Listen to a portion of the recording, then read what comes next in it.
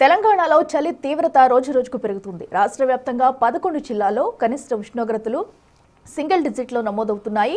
ఆదిలాబాద్, కొమరంభీం ఆసిఫాబాద్, నిర్మల్, నిజామాబాద్ జిల్లాల ఉష్ణోగ్రతలు 8 నుండి 9 డిగ్రీలకు పడిపోయాయి. ఏజెన్సీ ప్రాంతాల్లో 7 డిగ్రీల వరకు నమోదయ్యాయి. ఇవాళ కూడా కనిష్ట ఉష్ణోగ్రతలు 3 నుంచి 4 డిగ్రీల వరకు పడిపోయే అవకాశాలు ఉన్నాయని వాతావరణ శాఖ హెచ్చరించింది.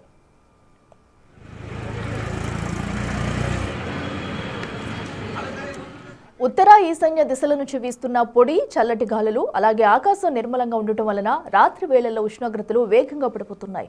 ఇప్పటికే అత్యల్పంగా ఆసిఫాబాద్ జిల్లా సిర్పూర్లో 7.4 డిగ్రీల, సంగారెడ్డి జిల్లా కోహిర్లో 7.8 డిగ్రీల కనిష్ట ఉష్ణోగ్రత నమోదైంది. రేపటి వరకు చలిగాలులు ఎక్కువగా వీస్తాయని వాతావరణ శాఖ తెలిపింది.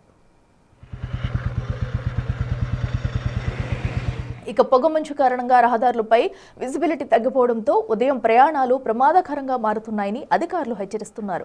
చిన్నపిల్లలు, వృద్ధులు ఉదయం పూట బయటకు రావడం తగ్గించాలని సూచించారు. ఏపీలోని పలు ప్రాంతాల్లో కూడా చలి తీవ్రత పెరిగింది.